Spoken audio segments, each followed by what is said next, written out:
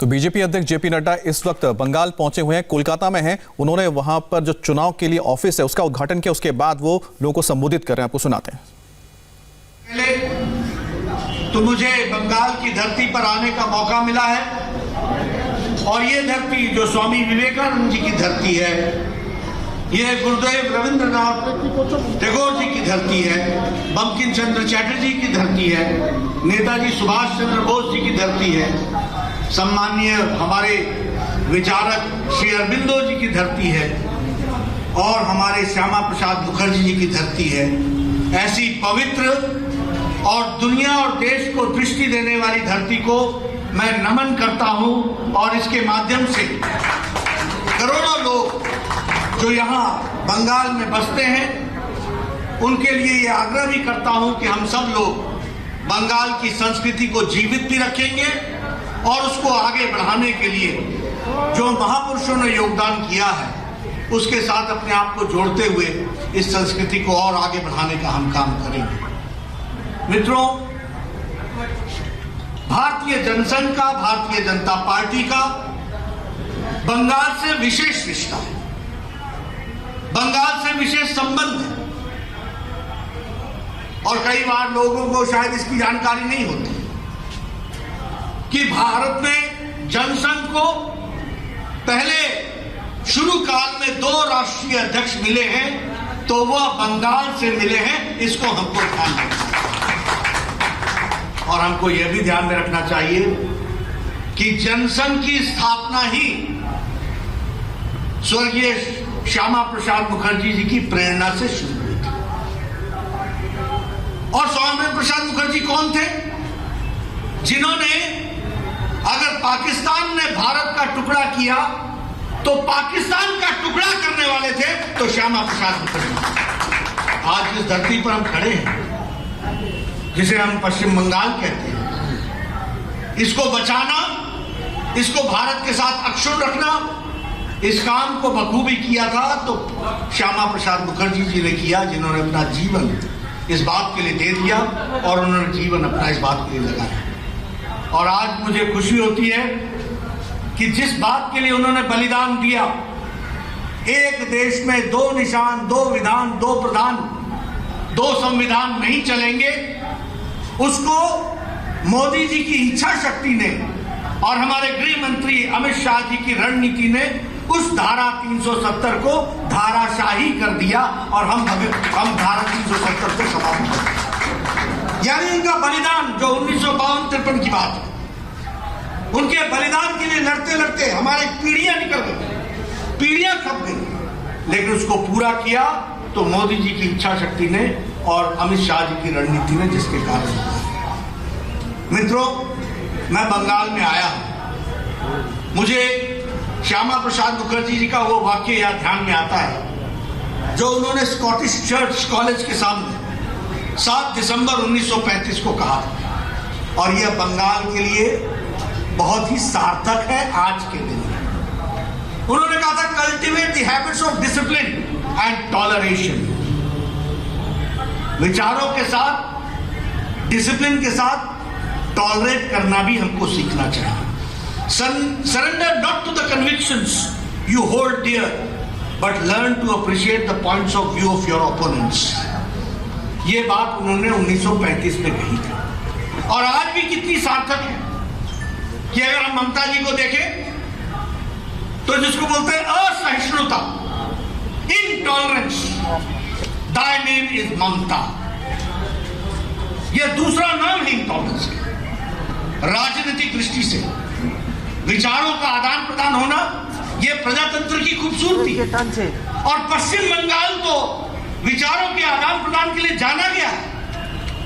विश्व भारती यहाँ, रविंद्रनाथ टैगोर यहाँ पैदा हुए। रविंद्रनाथ टैगोर ने जिस तरीके से दृष्टि दी समाज को, हम सबको मालूम है। श्री अरबिंदो जिन्होंने विचार दिया, उस विचार में नहीं सिर्फ देश, अंतर्राष्ट्रीय, विश्व संबंध की दृष्टि से भी उन्होंने एक दृष्टि दी थी। लेकिन आज मैं देखता हूं कि यहां इनटॉलरेंस किस तरीके से बढ़ता चला है। मित्रों, आज मैं कार्यालय के उद्घाटन के लिए आया हूं। मुझे खुशी है कि 9 कार्यालय भारतीय जनता पार्टी के आज समर्पित हुए। जैसा कि हमारे बता रहे थे कि आगे चलकर के 38 कार्यालय बनने हैं। यह भारतीय जनता पार्टी का दोनों तरफ का ग्रोथ है, हार्डवेयर का भी और सॉफ्टवेयर का भी। भारतीय जनता पार्टी के कार्यकर्ता भी बढ़ रहे हैं और कार्यालय भी बढ़ रहे हैं। इस बात को हमको समझना। मित्रों, यह कार्यालय मोस्ट मॉडर्न तरीके से सुसज्जित होगा। इसमें ई लाइब्रेरी होगी ताकि कार्यालय पे कार्यकर्ता अपना विकास कर सके, दुनिया की कोई जानकारी लेनी हो वो उसको मिल सके। ये इंटरनेट और वीडियो कॉन्फ्रेंसिंग से ये सुविधा लैस होगी। कॉन्फ्रेंस हॉल इसमें होगा। इसमें छोटी और बड़ी मीटिंग करने की व्यवस्था हो, बड़ी मीटिंगें भी की जा सकती है, इसकी भी व्यवस्था हो। और मैं हमेशा कहता हूं, there is a difference between an office and a कार्यालय।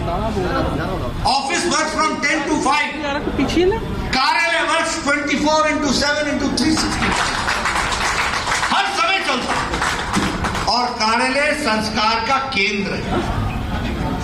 और मजेदार बात देखिए कि भारतीय जनता पार्टी कार्यालय से चलती है और अन्य पार्टियों का कार्यालय घर ही उनका कार्यालय है, घर से पार्टियां चलती हैं। यह स्थिति है।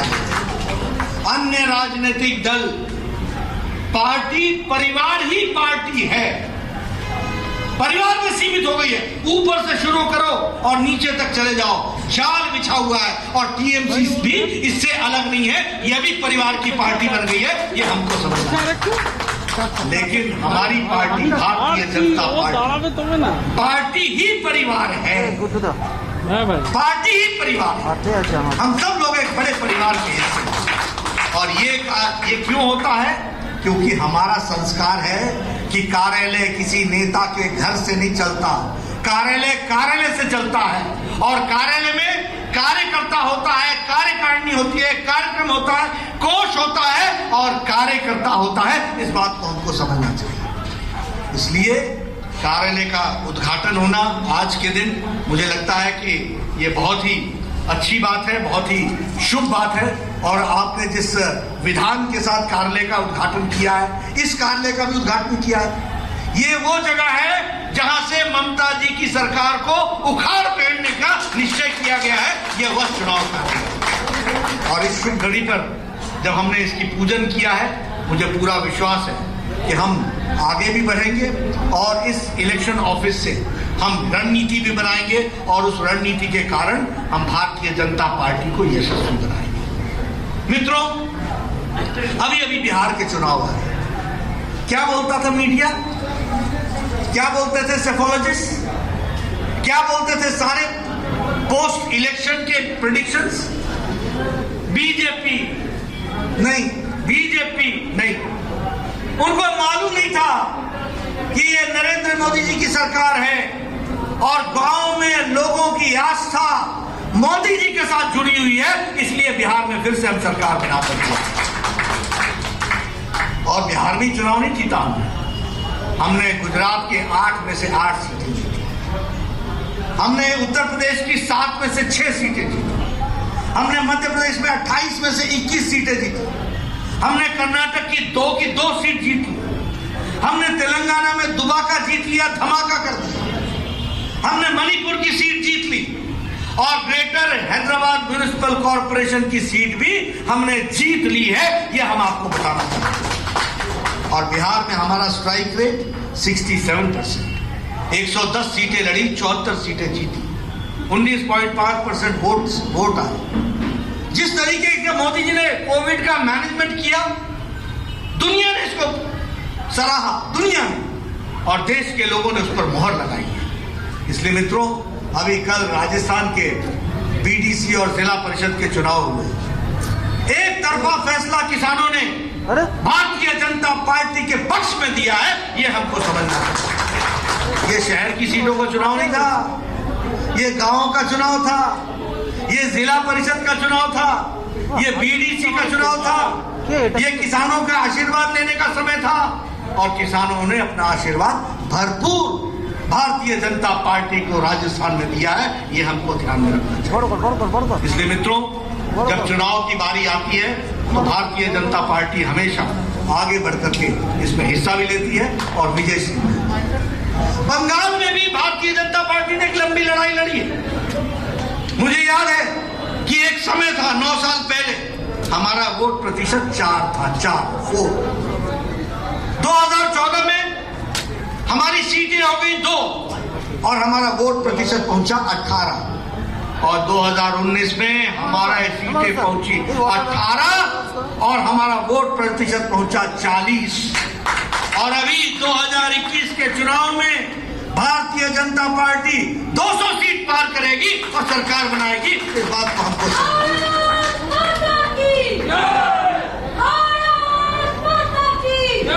मैं ये सारी बातें आपके सामने इसलिए कह रहा हूं कि लोग भारतीय जनता पार्टी के साथ हैं, लोग मोदी जी के साथ हैं, लोग आशीर्वाद देना चाहते हैं। यहाँ वेस्ट बंगाल में 4 से 40 पहुंच गए, अब अंतिम छलांग लगानी बाकी है और वह हम 2021 में आप लोगों के आशीर्वाद से लगाएंगे। यहाँ ममता जी की सरकार को उखाड़ फेंकेंगे और कमल खिलाएंगे। इस बात को और इसके लिए हम अग्रसर हैं, इस काम में हम लगे हुए हैं।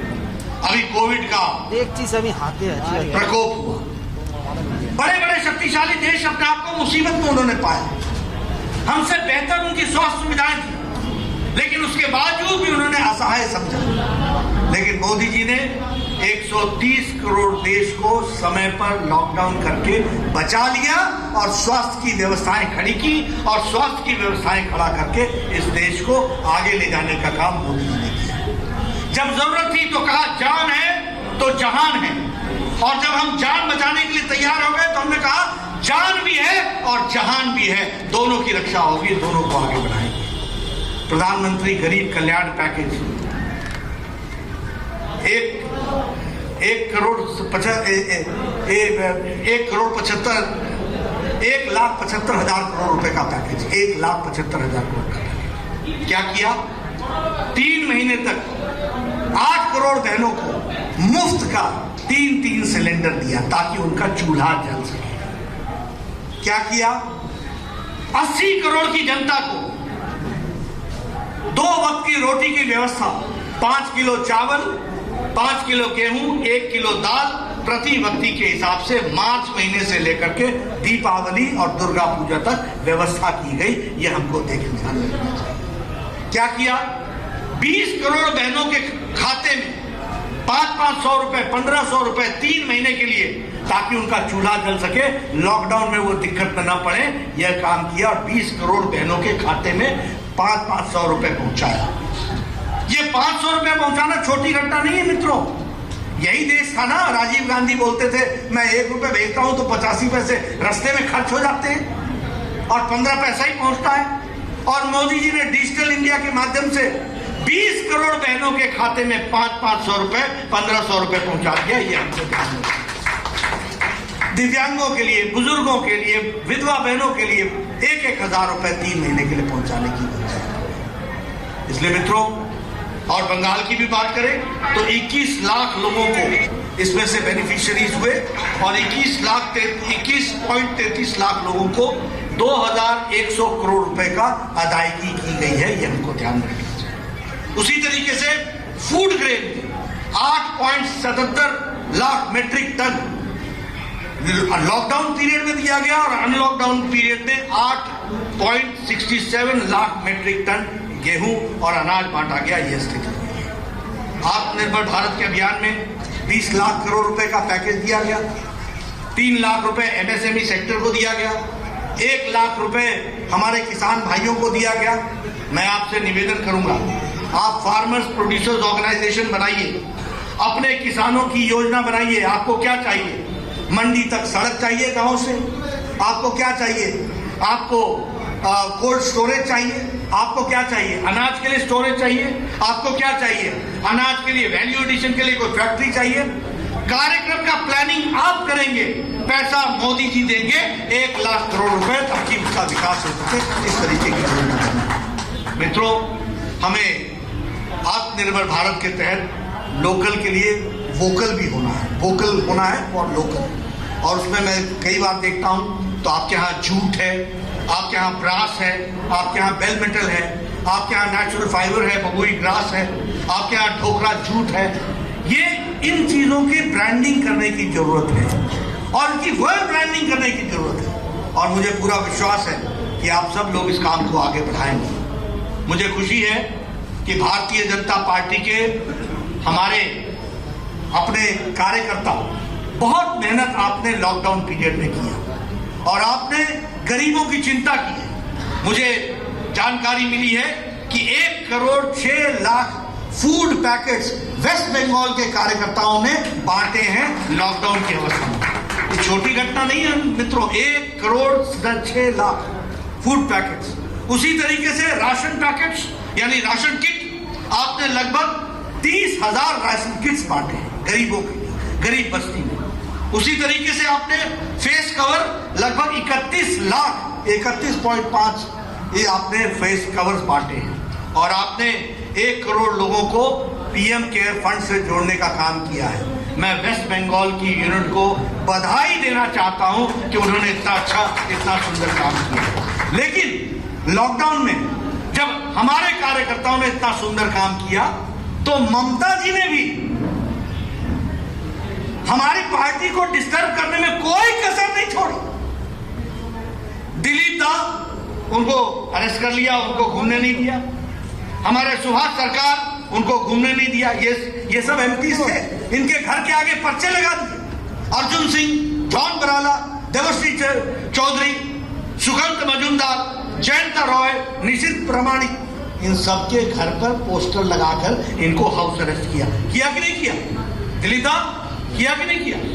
उसके बावजूद इन लोगों ने घर में जब इनको हाउस अरेस्ट कर दिया, उसके बावजूद इन्होंने कार्यकर्ताओं को प्रेरणा दी और 1 करोड़ 6 लाख फूड पैकेट बांटने का काम किया। मैं आपको बहुत बहुत बधाई देता हूं जो आप लोगों ने इतना अच्छा काम किया। संपर्क अभियान में लगभग आपने 1 करोड़ लोगों को जोड़ा, 1 करोड़ 56 लाख लोगों को जोड़ा है वर्चुअल रैली से। 590 आपने वर्चुअल मीटिंग की है, लगभग 17,000 स्टेक होल्डर्स को आपने जोड़ा। तो बहुत अच्छा काम आप लोगों ने किया है, इसके लिए आपको मैं बधाई देता हूं। मित्रों, जब मैं वेस्ट बंगाल में आया हूं तो मुझे दुख भी होता है और शर्मसार भी होता हूं।